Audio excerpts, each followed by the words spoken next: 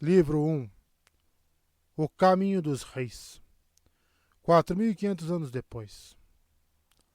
Prólogo. Matar. O amor dos homens é uma coisa fria, um riacho de montanha a 3 passos do gelo. Nós lhes pertencemos. Ó Pai das tempestades, nós lhe pertencemos. 1000 dias somente e a tempestade eterna chegará. Coletado no primeiro dia da semana Palá, do mês Sash, do ano 1171, 31 segundos antes da morte. O indivíduo era uma mulher, olhos escuros, de meia idade grávida. A criança não sobreviveu. Zet, filho Valano, insincero de Shinovar. Vestiu-se de branco no dia em que deveria matar um rei. A roupa branca era uma tradição parcha-indiana, estranha para ele. Mas fazia o que seus mestres mandavam e sem pedir explicações. Estava sentado em um grande salão de pedra aquecido por enormes fogueiras que projetavam uma luz extravagante sobre os convivas, fazendo gotas de suor brotar em suas peles enquanto eles dançavam, bebiam, gritavam, cantavam e batiam palmas. Alguns caíam ao chão com os rostos vermelhos de tanto farrear, demonstrando que seus estômagos eram odres ordinários de vinho.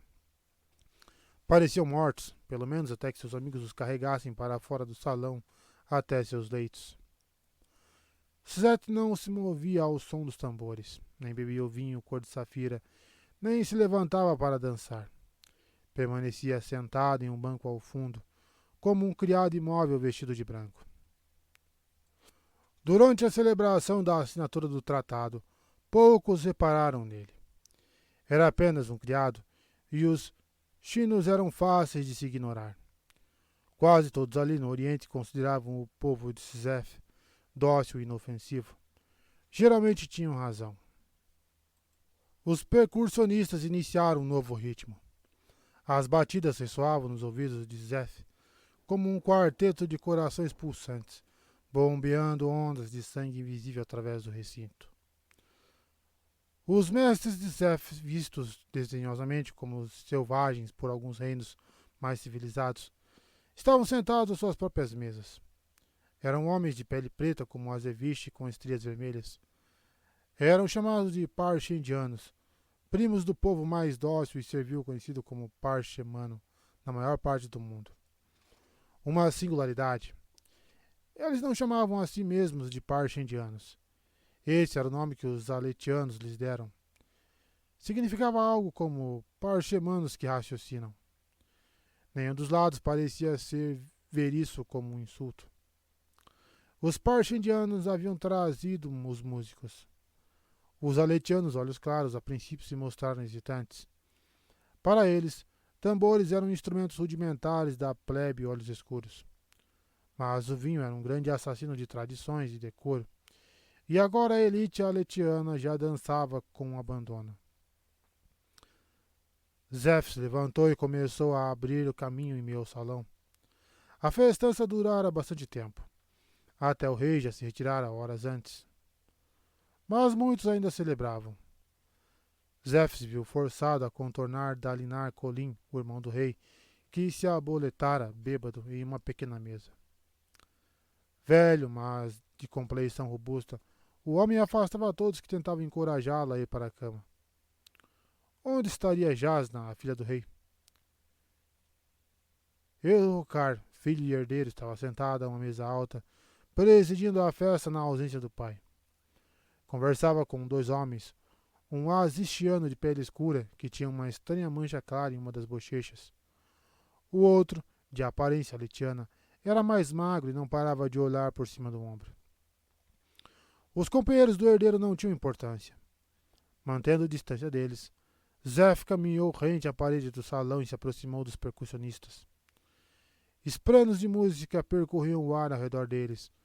Os pequenos espíritos rodopiavam e assumiam a forma de fitas translúcidas. Quando Zef passou, os músicos notaram sua presença. Logo iriam se recolher, juntamente com os demais parche-indianos. Não pareciam ofendidos, não pareciam enraivecidos. No entanto, Iam romper o tratado que haviam firmado apenas poucas horas antes. Não tinha sentido. Mas Zef não fazia perguntas. No fundo do salão, ele passou por uma fileira de luzes azuis que se projetavam da intersecção da parede com o piso. Proviam de safiras infundidas com a luz das tempestades. Sacrilégio. Como podiam os homens daquelas terras usar algo tão sagrado para simples iluminação? Pior ainda, dizia-se que os sábios aletianos estavam prestes a criar novas espadas fractais. Zef torcia para que estivesse apenas se exibindo, pois se aquilo realmente acontecesse, mudaria o mundo. Provavelmente de tal forma que pessoas de todos os países, do distante Tailená às altitudes de Jaqueved, acabariam falando em aletiano com seus filhos. Era um grande povo, esses aletianos. Mesmo bêbados, emanavam uma nobreza natural.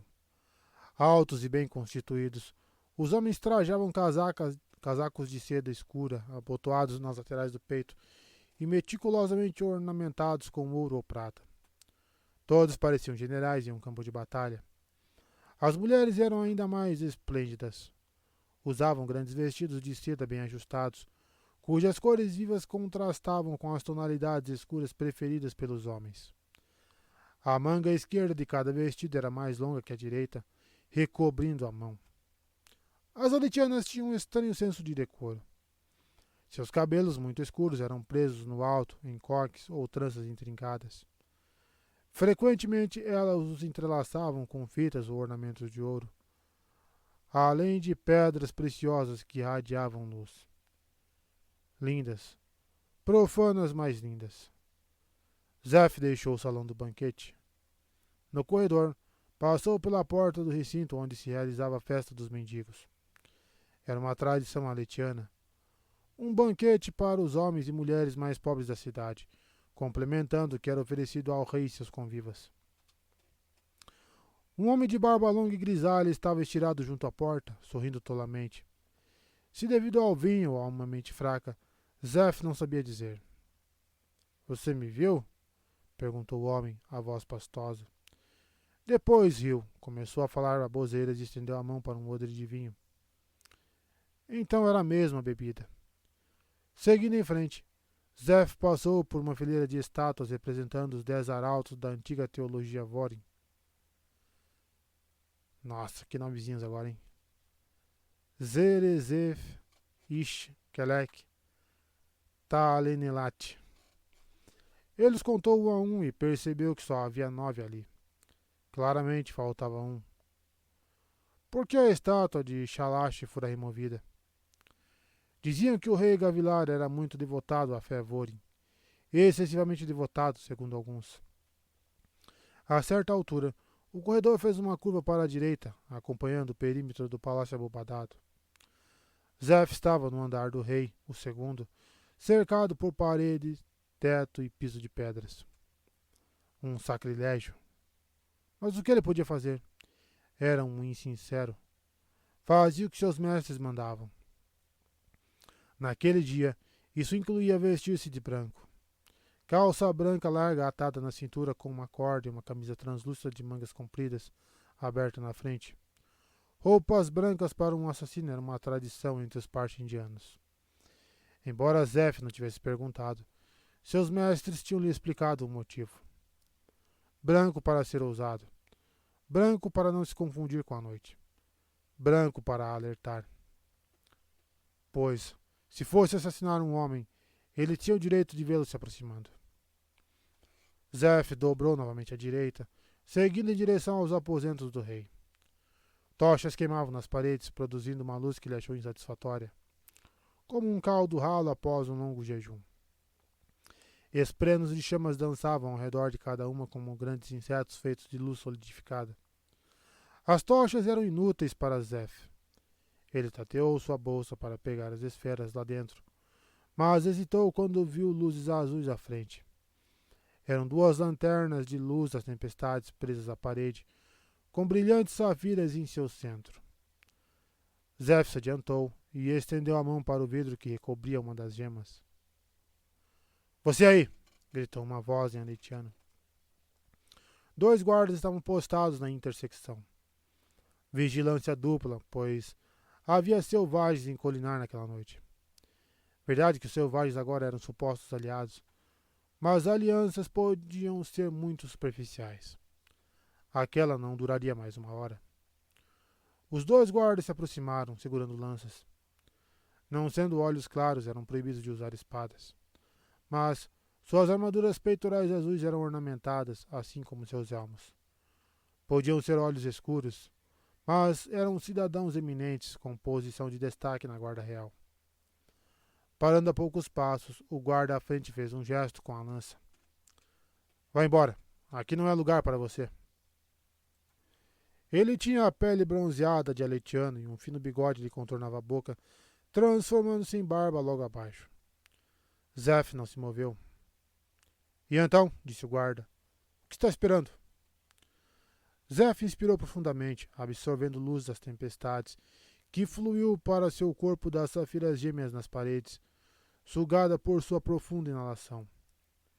A luz das tempestades vibrou dentro dele e subitamente o corredor mergulhou nas sombras, como uma colina privada do sol por uma nuvem passageira. Zeph podia sentir o calor da luz, sua fúria, como uma tempestade injetada em suas veias. Seu poder era revigorante, mas perigoso. Impelia-o a agir, a avançar, a golpear. Prendendo a respiração, ele se aferrou à luz. Podia senti-la escapando. A luz das tempestades só podia ser retida por pouco tempo, no máximo alguns minutos. Então escapava, o corpo humano um receptáculo poroso demais. Zeph ouviu dizer que os esvaziadores conseguiam contê-la perfeitamente. Mas será que eles existiam realmente? Seu castigo proclamava que não. Sua honra exigia que sim. Ardendo com a energia sagrada, Zeph encarou os guardas que enxergavam a luz fluindo dele, espiralando de sua pele como fumaça luminosa. O guarda à frente apertou os olhos e franziu a testa. Zeph teve certeza de que o homem jamais vira algo assim. Até onde sabia, matara todos os pisapedras que haviam visto que ele podia fazer. O que você é? A voz do guarda perdeu a segurança. Espírito ou homem? O que eu sou? Murmurou Zeph, deixando escapar um pouco de luz por entre os lábios e fixando o olhar em um ponto atrás do segundo homem.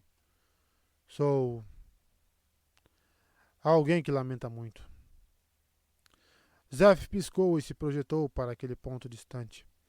A luz das tempestades irradiou dele como um clarão, esfriando sua pele. Imediatamente o solo deixou de atraí-lo para baixo e ele foi puxado até o ponto de projeção. Era como se, para ele, aquela direção tivesse se tornado para baixo. Fora uma projeção básica, a primeira de seus 3 tipos de projeção. Dava-lhe a capacidade de manipular qualquer força, espreno ou deus que prendesse os homens ao chão.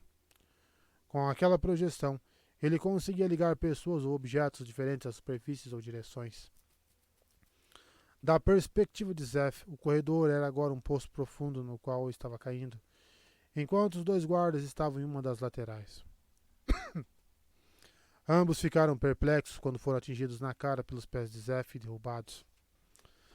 Zeph mudou sua perspectiva e se projetou para o chão.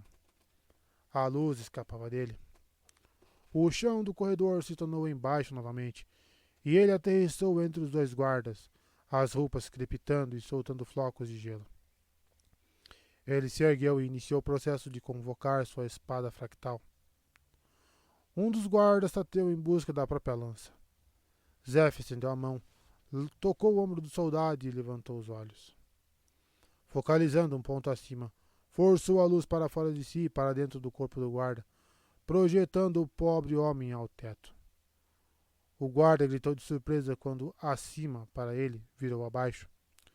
Deixando um rastro de luz, ele atingiu o teto e soltou a lança.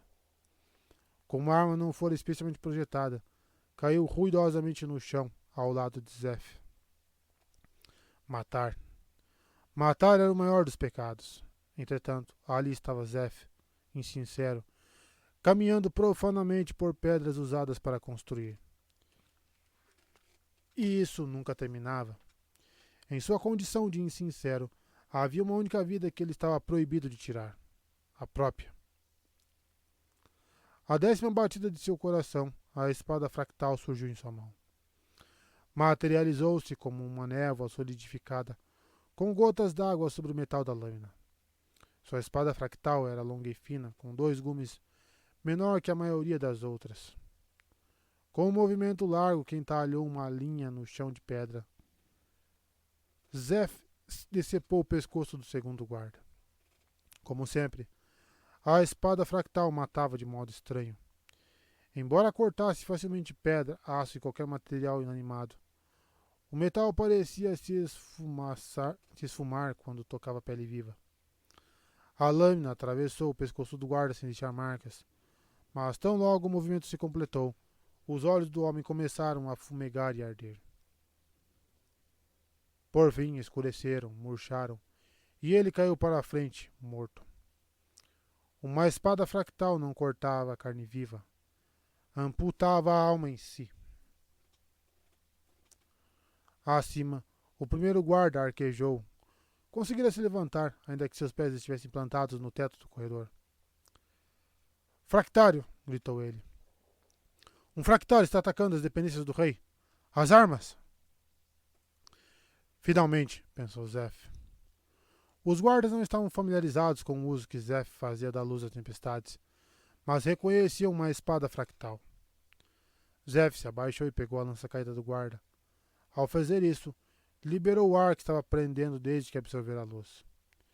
Enquanto ele a retinha, a luz das tempestades o sustentava.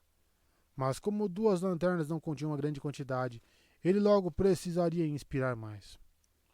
Agora que parara de prender o fôlego, a luz se escoava mais rapidamente. Apoiando o cabo da lança no piso de pedra, Zeph levantou os olhos. O guarda acima havia parado de gritar e arregalar os olhos, enquanto as barras de sua camisa começavam a pender, à medida que o chão abaixo readquiria sua predominância. A luz que emanava de seu corpo minguou. Ele olhou para Zeph, olhou para a ponta da espada, que apontava diretamente para o seu coração. Esprenos de medo violáceos brotaram da pedra ao seu redor. A luz acabou. O guarda caiu. Ele gritou quando a lança lhe atravessou o peito. Zeph largou a arma, deixando-a cair com um baque surdo puxado pelo corpo que se retorcia em sua ponta. Empunhando a espada fractal, Zeph entrou em um corredor lateral, seguindo o mapa que havia memorizado. Havia uma esquina e se encolheu contra a parede no exato momento em que os outros guardas acorriam ao local onde estavam os colegas mortos. Os recém-chegados começaram a gritar, repercutindo o sinal de alerta. As instruções de Zeph eram claras. Matar o rei e ser visto cometendo o ato. Deixar que os aletianos soubessem que ele estava chegando e o que estava fazendo. Por quê? Porque os Parche-indianos haviam concordado com o tratado para enviar um assassino na mesma noite de sua assinatura. Outras gemas brilhavam nas paredes daquele corredor. O rei Gavilar gostava de ostentação. Não tinha como saber que, deste modo, fornecia a Zeph fontes de energia para usar nas projeções. As habilidades de Zeph não eram vistas há milênios. Histórias daqueles tempos já quase não existiam, e as lendas eram tremendamente imprecisas. Zeph espreitou novamente o corredor. Um dos guardas na intersecção o viu, apontando para ele, e gritou. Após se assegurar de que fora visto, Zeph se afastou correndo. Enquanto corria, inspirou profundamente, absorvendo a luz contida nas lanternas. Seu corpo se preencheu, sua velocidade aumentou, e seus músculos transbordaram de energia. A luz dentro dele se tornou uma tempestade. Sua pulsação retumbava em seus ouvidos. Era algo terrível e, ao mesmo tempo, maravilhoso. Ele atravessou 2 corredores e dobrou em um terceiro e abriu a porta de um depósito. Parou então por alguns momentos, o bastante para que um guarda contornasse a esquina e o visse, e entrou correndo. Preparando uma projeção plena, ergueu um braço e ordenou à luz que se concentrasse ali, fazendo a pele irradiar luminosidade. Em seguida, gesticulou na direção da moldura da porta, recobrindo-a com a luminescência branca. No momento exato em que os guardas chegaram, ele fechou a porta. A luz da tempestade prendeu a porta na moldura com a força de 100 braços. Uma projeção plena unia as coisas e as mantinha juntas até a luz se esgotar. Porém, demorava mais para ser criada e consumia a luz com rapidez muito maior que uma projeção básica. Os guardas começaram a jogar seu peso contra a porta, fazendo a maçaneta estremecer e a madeira rachar. Um homem pediu por um machado. Zef atravessou o aposento em passadas rápidas, zigue-zagueando por entre os móveis armazenados lá. Eram de madeiras preciosas e decorados com tecidos vermelhos. Ao chegar à parede oposta, ele ergueu a espada fractal e, preparando-se para mais um sacrilégio, golpeou a pedra cinza escura no sentido horizontal. A pedra cedeu facilmente. Uma espada fractal podia cortar qualquer objeto inanimado. Seguiram-se 2 golpes verticais e outro horizontal, mais abaixo, que destacaram um grande bloco da parede. Zef pressionou a mão contra a pedra e a infundiu com luz das tempestades. Atrás dele, a porta do aposento começou a ruir. Zef olhou por cima do ombro e se concentrou na porta que tremia, projetando o bloco naquela direção. Cristais de gelo se formaram em suas roupas. Projetar algo tão grande exigia uma enorme quantidade de luz. A tempestade dentro dele se amainou como um temporal reduzido a um chuvisco. Ele deu um passo para o lado. O grande bloco de pedra estremeceu e começou a deslizar para dentro da sala. Normalmente, mover o bloco seria impossível. O próprio peso o prenderia nas pedras abaixo. Agora, no entanto, o mesmo peso o havia liberado. Para o bloco, a porta do aposento estava embaixo. Com um profundo rangido, o cubo de pedra se desprendeu da parede e atravessou o ar, destroçando os imóveis. Os soldados que haviam finalmente quebrado a porta entraram aos tropeções justamente no momento em que o enorme bloco se chocou contra eles. Zef virou as costas para os terríveis sons de grito, de madeira se estilhaçando, de ossos se partindo.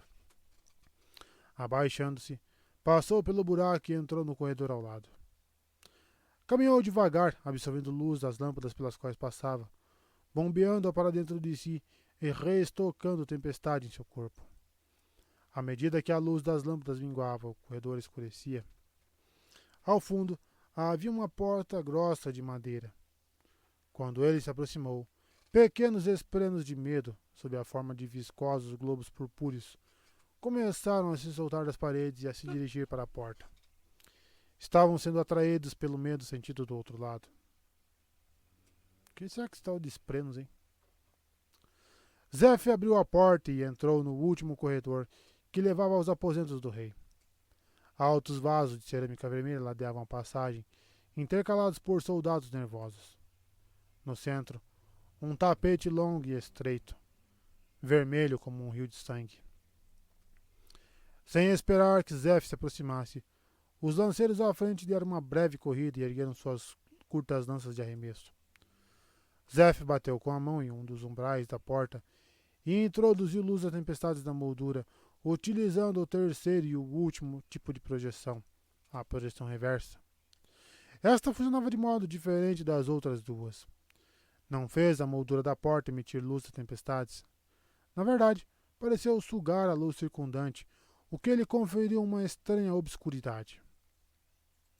Os lanceiros arremessaram suas lanças. Zef permaneceu imóvel, com a mão pousada no umbral.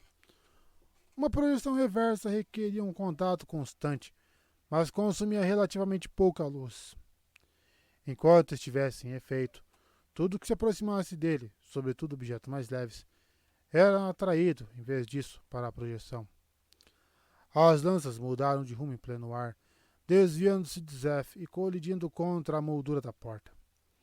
Assim que sentiu as batidas, Zef saltou no ar e se projetou para a parede à direita, onde seus pés atingiram a pedra com um baque. Imediatamente, ele reorientou sua perspectiva. A seus olhos, ele não estava de pé na parede.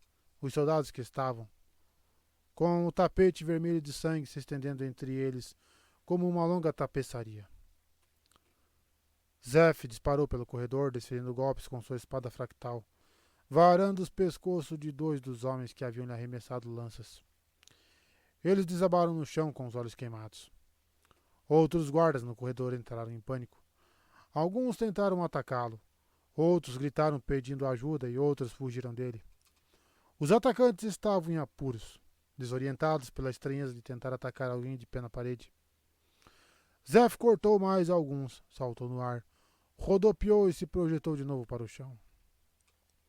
Aterrissou em meio aos soldados, completamente cercado, mas empunhando uma espada fractal. Segundo a lenda, as espadas fractais haviam sido empunhadas pela primeira vez pelos Cavaleiros Radiantes, em épocas remotas. Foram presentes de seu deus, concedidos para que pudessem combater monstruosidades de pedra e chamas com vários metros de altura, inimigos cujos olhos ardiam de ódio, os esvaziadores. Quando seu adversário tinha a pele dura como pedra, o aço era inútil. Algo sobrenatural se fazia necessário. Zeph se ergueu, suas largas roupas brancas esvoaçando, o maxilar tenso diante dos próprios pecados. Depois atacou, sua arma cintilando à luz das tochas. Desferiu 3 golpes, um após outro. Golpes largos e elegantes. Não teve como deixar de ouvir os gritos que se seguiram, nem de ver os homens tombarem à sua volta, como brinquedos derrubados por uma criança descuidada. Se a espada tocasse a coluna de um homem, este morria com os olhos queimados. Se atravessasse o núcleo de um membro, matava esse membro. Um dos soldados cambaleou para longe de Zeph, um dos braços pendendo inutilmente do ombro. Jamais seria capaz de senti-lo ou usá-lo novamente. Zeph baixou a espada fractal, parada em meio aos corpos de olhos carbonizados. Ali em Aletkar, os homens sempre falavam das lendas, da difícil vitória da humanidade sobre os esvaziadores. Mas, quando armas criadas para combater pesadelos se voltavam contra soldados comuns, as vidas dos homens se tornavam coisas sem valor. Zeph se virou e seguiu o caminho, seus chinelos pisando o macio tapete vermelho. A espada fractal, como sempre, lançava límpidos reflexos prateados. Quando se matava com uma espada fractal, não havia sangue. O que parecia um sinal. A espada fractal era somente uma ferramenta. Não podia ser culpada pelos homicídios. A porta no final do corredor se escancarou. Zeph parou quando um grupo de soldados saiu correndo, escoltando um homem com vestes reais que mantinha a cabeça baixada, como que para evitar flechadas. Os soldados, vestidos de azul escuro, a cor da guarda do rei, não pararam para olhar os cadáveres. Estavam preparados para as habilidades de um fractário. Abrindo uma porta lateral, empurraram seu protegido para dentro, vários deles apontando as lanças para Zeph enquanto recuavam. Outra figura saiu dos aposentos do rei. Usava uma reluzente armadura azul, confeccionada com placas delicadamente entrelaçadas. Ao contrário de uma armadura comum, porém, aquela não possuía couro ou malhas visíveis nas junções. Apenas placas menores, ajustadas com intrincada precisão. A armadura era esplêndida. Placas azuis com incrustações douradas nas bordas e um elmo ornamentado com 3 fileiras de pequenas protuberâncias em forma de chifres. Uma armadura fractal. O complemento habitual para uma espada fractal, que o recém-chegado também possuía. Uma arma enorme, com mais de 1,80 m de comprimento, ornamentada com um desenho em forma de chamas e feita de um metal argênteo, tão polido que parecia brilhar.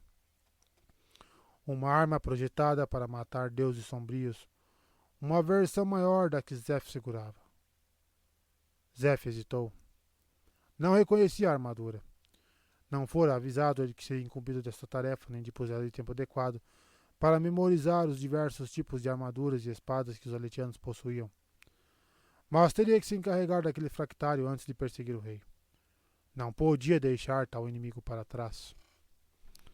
Além disso, talvez o fractário pudesse derrotá-lo, matá-lo, pondo fim à sua miserável existência. Suas projeções não funcionariam diretamente em alguém protegido por uma armadura fractal, que também melhoraria a força e a resistência do homem.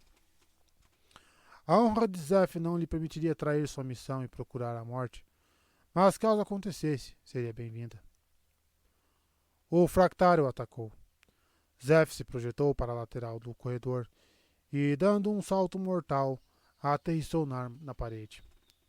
Depois recuou com uma espada preparada. O Fractário adotou uma postura agressiva, usando uma das posições de batalha favoritas ali no Oriente. Movia-se com muito mais agilidade do que poderia se esperar de um homem metido em uma armadura tão volumosa.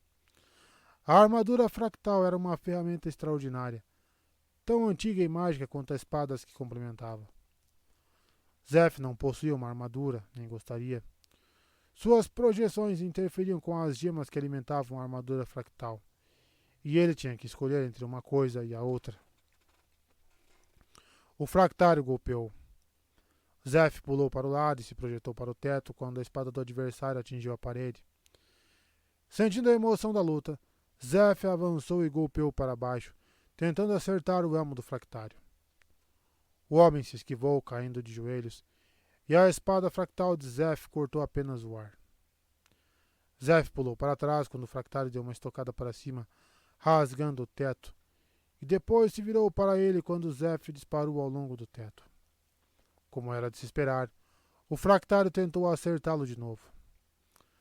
Zeph pulou para o lado, rolou e se projetou para o chão novamente, aterrissando por trás do fractário e golpeando então um flanco desprotegido. Infelizmente, a armadura fractal oferecia uma grande vantagem. Podia bloquear uma espada fractal. A arma de Zeph desferiu um golpe violento, gerando uma teia de linhas brilhantes que se alastrou pela parte posterior da armadura, fazendo vazar luz. Uma armadura fractal não amassava nem entortava como os metais comuns. Para perfurá-la, Zeph teria que atingir o fractário no mesmo local pelo menos 2 vezes. Com um rodopio, ele se pôs fora do alcance do fractário, quando este desferiu uma estocada furiosa, visando seus joelhos. A tempestade dentro de Zeph lhe proporcionava muitas vantagens, inclusive capacidade de se recuperar rapidamente de pequenos ferimentos. Mas não restauraria membros aniquilados por uma espada fractal. Contornando o fractário, Zeph escolheu o momento e se lançou para a frente. O fractário golpeou de novo, mas Zeph se projetou momentaneamente ao teto, desviando-se e depois de novo ao chão. Atacou ao aterrissar, mas o fractário se recuperou depressa e executou um perfeito contra-ataque que por poucos centímetros não o acertou. O homem era perigosamente hábil com aquela espada. Muitos fractários dependiam demais do poder de sua arma e armadura. Aquele homem era diferente. Zeph pulou para a parede e lançou rápidas estocadas contra o fractário, como uma enguia agressiva. O fractário se defendeu com movimentos largos. O comprimento de sua espada mantinha Zeph à distância. Isso está demorando muito, pensou Zeph. Se o rei escapasse para um esconderijo, Zeph teria falhado em sua missão, independentemente de quantas pessoas matasse. Ele se inclinou e desferiu mais um golpe. Porém, o fractário o obrigou a recuar. Cada segundo a mais de combate era um segundo que o rei teria para escapar. Chegara a hora de ser imprudente. Zeph se lançou no ar, projetando-se para a outra extremidade do corredor, caindo com os pés voltados para o adversário. O fractário não hesitou em golpear, mas Zeph se projetou para baixo, caindo imediatamente. A espada fractal cortou o ar acima dele. Aterrissando agachado, Zeph aproveitou o impulso para lançar uma estocada no flanco do fractário, bem onde a armadura fora atingida antes. O golpe foi poderoso. Aquela parte da armadura se estilhaçou, lançando no ar fragmentos de metal derretido. O fractário grunhiu, caiu sobre um dos joelhos e levou a mão à lateral do corpo. Zeph lhe deu um chute com força multiplicada pela luz da tempestade. O pesado fractário se chocou contra a porta dos aposentos do rei, que se despedaçou e caiu para dentro. Zeph deixou onde estava e enveredou pela passagem à direita pela qual o rei fora conduzido. O corredor ali tinha o mesmo tapete vermelho e suas lâmpadas de luz permitiram que Zeph recarregasse a tempestade dentro de si. A energia voltou a arder dentro dele, que apressou o passo. Caso se adiantasse bastante, poderia se encarregar do rei e retornar para combater o fractário. Não seria fácil. Uma projeção plena em uma porta não deteria um fractário, e aquela armadura tornava o homem sobrenaturalmente rápido. Zeph deu uma olhada por cima do ombro. O fractário não estava seguindo. Permanecia sentado, parecendo aturdido. Zeph mal conseguia vê-lo sentado à porta, em meio a fragmentos de madeira. Talvez Zeph o tivesse ferido mais do que pensava. Ou talvez... Zeph se imobilizou. Pensou na cabeça baixada do homem que havia fugido, em seu rosto obscurecido. O fractário ainda não estava seguindo. Ele era muito habilidoso. Diziam que poucos espadachins podiam rivalizar com Gavilar Collin. Será que... Zeph deu meia volta e correu, acreditando em seu instinto. Assim que o fractário o viu, ficou de pé rapidamente. Zeph acelerou. Qual seria o lugar mais seguro para o rei? Nas mãos de alguns guardas, fugindo? Ou protegido por uma armadura fractal? Deixado para trás, descartado como um simples guarda-costas? Astuto, pensou Zeph, enquanto o antes moroso fractário assumia de novo uma postura de combate. Zeph o atacou com vigor renovado, desferindo uma série de golpes com sua espada. O fractário, o rei, reagiu agressivamente com golpes largos. Ao se esquivar de um destes, Zeph sentiu o vento produzido pela arma, que não o acertou por pouco. Então, calculando com cuidado o movimento seguinte, abaixou-se e investiu para a frente, passando por baixo do contragolpe do rei. Esperando outro golpe no flanco, o rei cobriu com o braço o buraco na armadura e girou. Isso proporcionou a Zeph espaço suficiente para passar por ele e entrar nos aposentos reais. O rei se preparou para segui-lo, mas Zeph, que corria pela sala prodigamente mobiliada, tocava os móveis e infundia-os com luz das tempestades e os projetava para um ponto atrás do rei. A mobília despencava como se a sala tivesse sido virada de lado. Sofás, cadeiras e mesas caíam na direção do atônito rei. Gavilar cometeu o erro de golpear os móveis com sua espada fractal.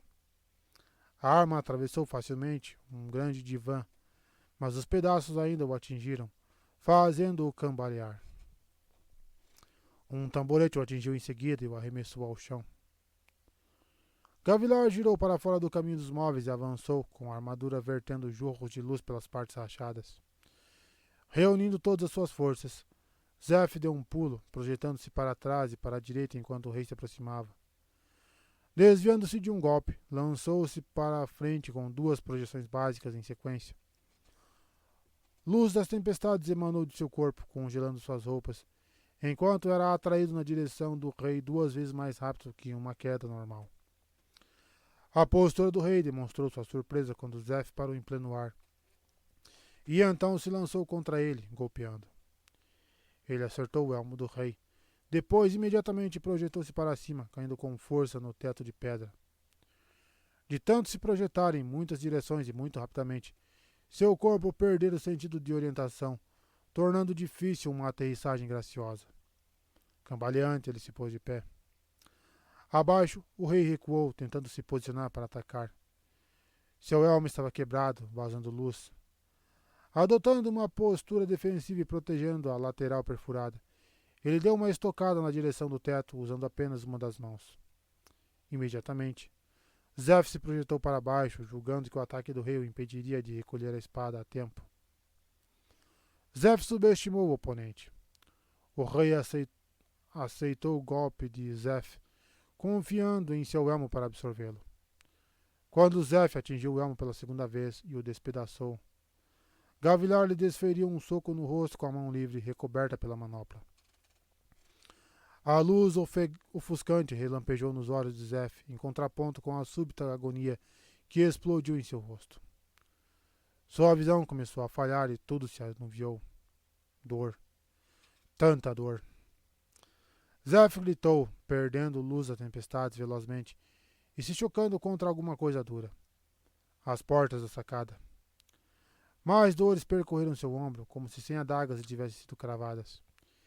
Ele caiu no chão, rolou e parou, os músculos tremendo. O golpe teria matado um homem comum.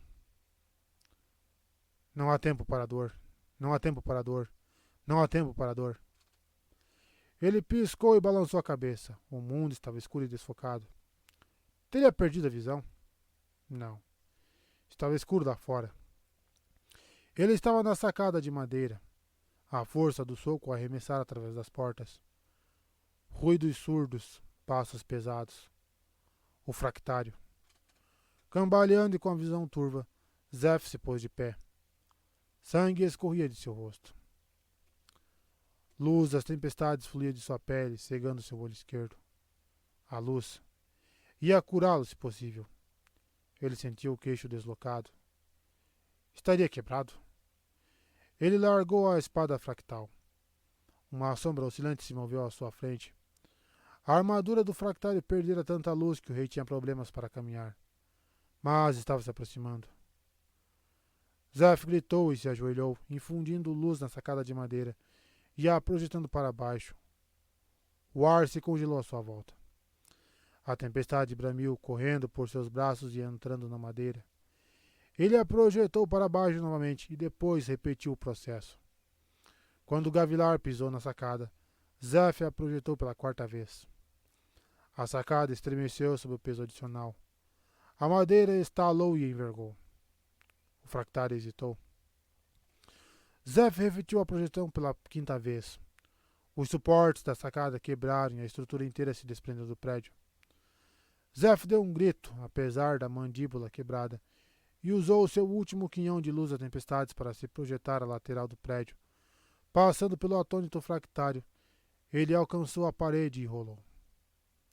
A sacada desabou com o rei olhando para cima desorientado, enquanto perdia o equilíbrio. A queda foi rápida. Ao luar, embora cego de um olho e com a visão enevoada, Zeph observou solenemente a estrutura colidir com o chão abaixo.